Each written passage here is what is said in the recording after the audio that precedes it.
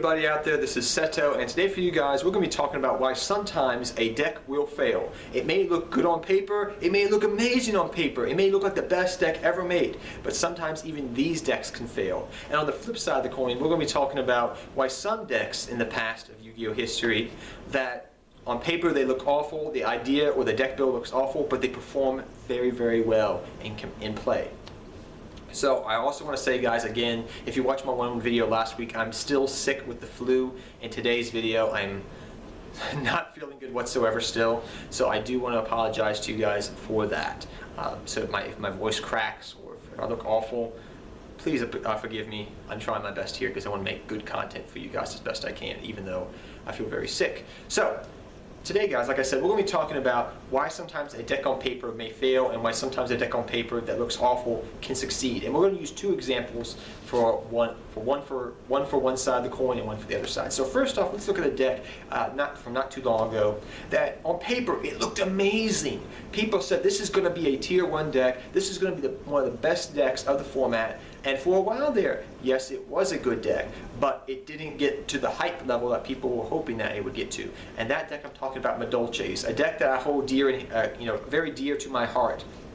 It's a deck that when Madolche Angeli was announced and people knew how powerful Tiramisu was, people said, oh my gosh, Madolche is going to be the best deck ever. You know, what a good deck this format. They're going to be an amazing deck. They're on top multiple events. They're going to get hit on the ban list because Tiramisu is such a good card. Which, granted, it's still a good card even in today's game. But that's what people did. They hyped it up. And on paper, it looked like an amazing deck. But what happened? After YCS Philly, because the guy topped with it,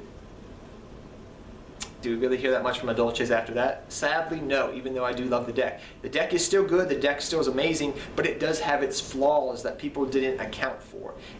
It can very easily lose to trapped cards at that time in the game of Yu-Gi-Oh! It wasn't almighty and powerful as like people brought it up to be. On the other side of the coin, we're going to look at Burning Abyss. Now, you're going to say to me, well, no, Burning Abyss have been good since the day they came out of the box. Well, I'm going to tell you right now that if you believe that, I think you're a little bit maybe mistaken on your history of Burning Abyss. I've watched this archetype from the beginning to now, and even though I do love it and I do like it, people originally, when the deck originally came out in Duelist Alliance, did not give really good credence to Burning Abyss and Dante and how good that engine was with monsters that could float a lot.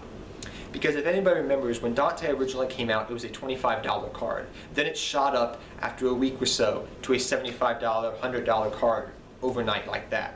A lot of people I know out there could have easily picked up Dante's and played Burning Abyss, but they didn't because they didn't think on paper the deck was really that good. Nobody really had play tested with the deck a lot. Everybody was thinking that it's going to be the next Noble Knight type of deck. It's going to have that Noble Knight syndrome of, oh, it's a TCG exclusive, they're never really that good.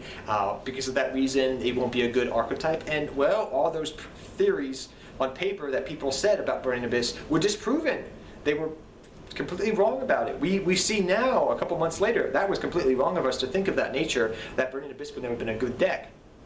So that's why I've always believed you can't judge a book by its cover. If you have not played the deck, if you have not tried the deck out, and the thing I'm trying to get you to take away from this video, guys, if you understand, is even if you disagree with me about Madolche or Burning Abyss or whatever the case may be, these are just examples I'm trying to give to you.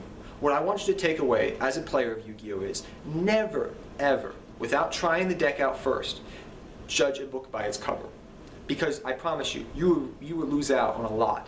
A lot of times, people try new cards out for themselves that people think are awful, and they actually become good, and they become mainstream, and then they get money off those because they sell those, or they do very good because they've played with this deck or this archetype for a while. They have a leg up on everybody because they've tried this new support out or something like that and found that, you know what, it's not all it's cracked up to be, or it's really good compared to what people are saying. They give it more credit.